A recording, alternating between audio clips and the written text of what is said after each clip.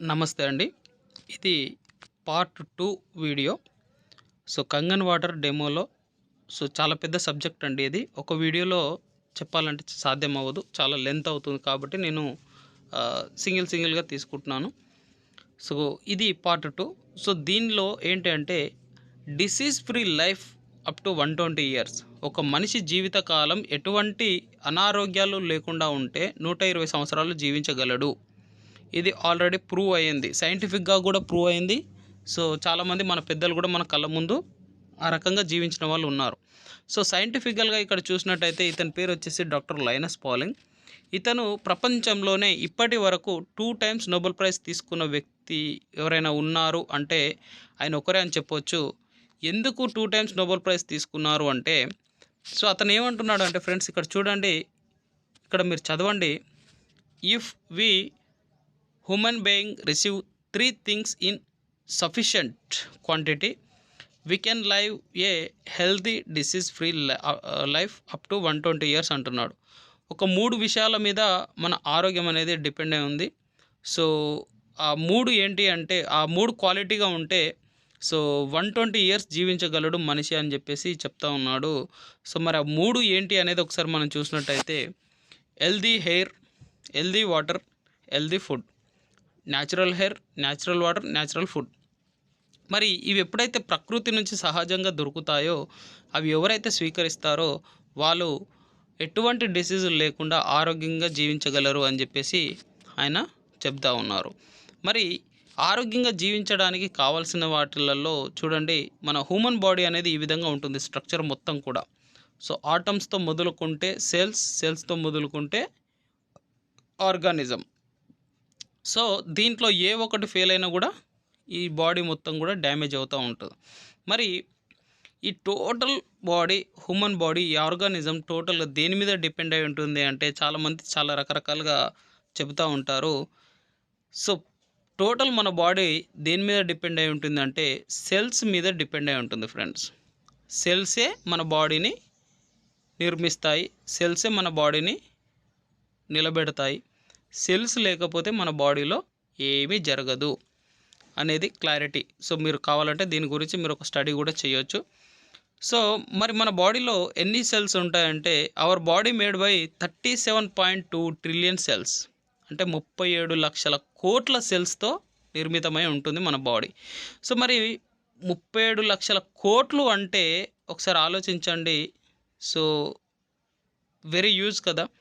మరి ఈ 37 లక్షల కోట్లు ఎటువంటి ఆరోగ్యాన్ని కలిగి ఉంటాయో మనం కూడా ఆ విధంగానే ఆరోగ్యంగా ఉంటాం. ఎప్పుడైతే 37 లక్షల కోట్ల సెల్స్ ఎప్పుడైతే అంతరించిపోతూ ఉంటాయో మన శరీరంలో అనారోగ్యాల వైపు వెళ్తూ ఉంటాం. మరి ఈ 37 లక్షల కోట్ల సెల్స్ ఎక్కడ ఉంటాయి మన శరీరంలో అంటే మనం ప్రతిరోజు తీసుకునే వాటర్ ఏదైతే ఉంటుందో ఆ వాటర్లోనే ఉంటాయి కదా. దాని గురించి నెక్స్ట్ ఇంకొక టాపిక్ వస్తుంది, అప్పుడు నేను మాట్లాడతాను క్లియర్గా. అయితే ఈ 3 విషయాలను మనం తీసుకున్నట్టయితే healthy hair, healthy water, healthy food. First healthy hair గురించి మాట్లాడుకుంటే ఒకప్పుడు మనకు న్యాచురల్ గాలి అనేది దొరికేదండి. విలేజ్లలో, ఊర్లలో, సిటీలో కూడా న్యాచురల్గా ఉండేది. ఇప్పుడు ఎటు చూసినా కూడా పొల్యూటెడ్ అయిపోయింది. పొల్యూషన్ అనేది కనిపిస్తూ ఉంటుంది. గాలిలో అయినా ఎక్కడైనా కూడా విపరీతమైన పొల్యూషన్. అంటే ఈరోజు గాలి అనేది టోటల్గా పొల్యూటెడ్ అయిందని మీకు కూడా తెలుసు, అందరికీ తెలుసు. దీని మీద చాలా రిపోర్ట్లు కూడా వచ్చినాయి. అది నేను ప్రత్యేకించి చెప్పాల్సిన పని లేదు. అంటే ఈరోజు మనం పీల్చే గాలి స్వచ్ఛమైన గాలి కాదు అనేది క్లారిటీ. 100% గాలిలో జస్ట్ 5 to 10% గాలే మంచి గాలి ఉంది అని చెప్పేసి మనకు కొన్ని రిపోర్ట్లు కూడా వస్తూ ఉన్నాయి. పేపర్లలో మీరు చూస్తూ ఉన్నారు, రైట్. తర్వాత మనం పీల్చే గాలిలో అత్యంత కీలకం గాలి అనేది అత్యంత కీలకం. మనకు ఒక 5 minutes గాలి లేకపోతే మనం జీవించలేం. అలాంటిది ఈరోజు గాలి అనేది పొల్యూటెడ్ అయిపోయింది. మరి తర్వాత ఫుడ్, మనం ఏదైతే ఆహారం తింటామో, ఫ్రూట్స్ కానీ, వెజిటేబుల్స్ కానీ, ఏదైనా కానీ మనం తినే ప్రతిదీ కూడా ఈరోజు ఒకప్పుడు న్యాచురల్గా పండించుకునే వాళ్ళు, ఎటువంటి పెస్టిసైడ్ కెమికల్స్ లేకుండా న్యాచురల్గా పండించేసి ఎరువులేసి, ఏది పేడ లాంటి ఎరువులేసి పండించేవారు. ఎంత దిగుబడి వచ్చినా అంతవరకే తృప్తి చెంది సో దానిలో సర్దుకొని మన పెద్దలందరూ కూడా ఆరోగ్యంగా జీవించారు. మరి ఈ రోజుల్లో పెస్టిసైడ్ లేనిది, ఆర్టిఫిషియల్ ఫుడ్ లేనిది ఈరోజు ఒక్క పంట కూడా లేదు. ఈరోజు మనం తినే ప్రతిదీ కూడా హైబ్రిడ్ అయ్యింది అంటే అది టోటల్గా విషమైంది కాబట్టి హైబ్రిడ్. సో ఆ వాటికి మళ్ళీ ఇంజెక్షన్స్, తర్వాత ఇదేంది సాయిల్డ్ నుంచి వేసే మందులు, గడ్డి మందు కావచ్చు, యూరియా కావచ్చు, డిఏపి కావచ్చు, అలాంటివి. తర్వాత పైన పురుగు పట్టకుండా స్ప్రేలు చేయడం, ఇవన్నీ కూడా ఈ ఆర్టిఫిషియల్ ఫుడ్కి అనేది మనం ఈ హైబ్రిడ్ పంటలకు అనేది వేయాల్సి ఉంటుంది. ఏది కూడా న్యాచురల్ కాదు. ఈరోజు మనం తినేది ఏది కూడా న్యాచురల్ కాదు.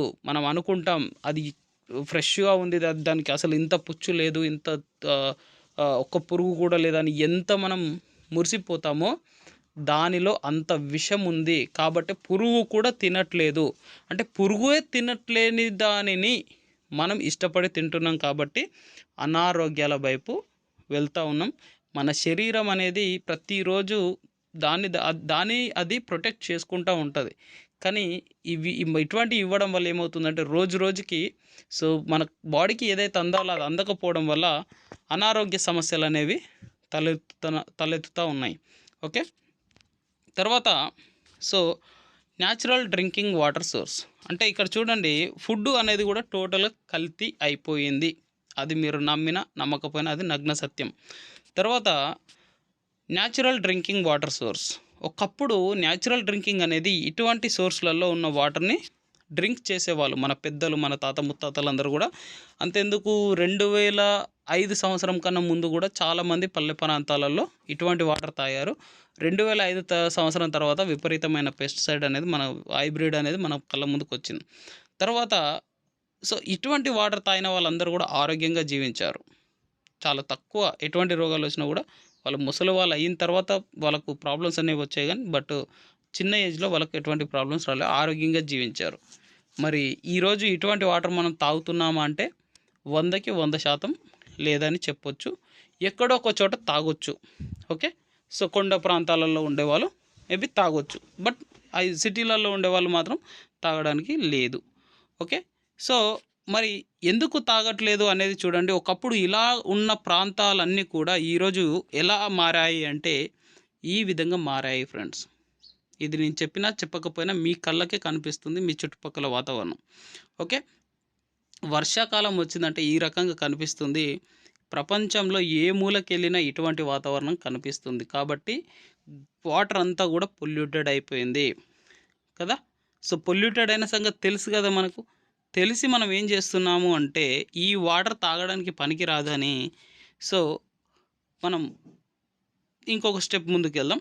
అయితే వాటర్ మరి ఇప్పుడు ఈ వాటర్ తాగట్లేదు కదా, మరి బోర్ వేసుకొని బోర్ నీళ్ళు తాగుతున్నాం కదా, బోర్ నీళ్ళు మంచివే కదా, మట్టిలో ఫిల్టర్ అవుతాయి కదా అని చెప్పేసి చాలామంది అంటారు. రైట్, మీరు చెప్పింది కరెక్టే. మరి మట్టిలో ఫిల్టర్ ఇప్పుడు ఏదైనా కూడా ప్లాస్టిక్ అణువులు కావచ్చు, ఏదైనా కానీ కెమికల్స్ ఇవన్నీ కూడా వాటర్లో కలిసినాయంటే అది ఎంత మట్టిలో ఫిల్టర్ అయినా కూడా టోటల్గా పోదు. సో ఆ వాటర్ అంతా ఏమవుతుందంటే గ్రౌండ్కి వెళ్ళే కొద్దికి ఇంకా కంటామినేట్గా జరిగిపోతుంది. అంటే ఒక ప్రాంతంలో ఫిల్టర్ అవ్వచ్చు, బట్ ఇంకొక ప్రాంతం నుంచి ఫిల్టర్ అవ్వదు కదా. ఇక్కడ చూడండి పైన ఇవన్నీ అనేక రకాలుగా మనం చూడొచ్చు. ఇక్కడ waste from manufacture plants, okay, so chemicals, so రూ ఆఫ్ ఫ్రమ్ అగ్రికల్చర్ పెస్టిసైడ్స్, మనం పంట చేలకు పెస్టిసైడ్ వాడతాం కదా. So rain process through air pollution, so గాలిలో ఉన్న పొల్యూషన్ అంతా కూడా వర్షం నీళ్ళకి భూమి మీద పడుతుంది, అది గ్రౌండ్లోనే కలుస్తుంది. ఓకే, గ్యాస్ లైన్ లీక్ అయ్యి కూడా భూమిలో కలుస్తుంది. Animal wastage and dead animals, అంటే యానిమల్ ఏది చేసినా కూడా భూమిలో ఇనుకుతుంది. సో యానిమల్ చనిపోయిన తర్వాత కూడా భూమిలో కలుస్తుంది. ఓకే, తర్వాత డ్రగ్స్ అండ్ సప్లిమెంట్స్ అన్నీ కూడా సో భూమిలో కలుస్తాయి. ఇవన్నీ కూడా ఏమవుతుంది అంటే గ్రౌండ్కి వెళ్ళేసి గ్రౌండ్లో కూడా మనకు ఆక్వాఫైర్ అని చెప్పేసి ఉంటుంది.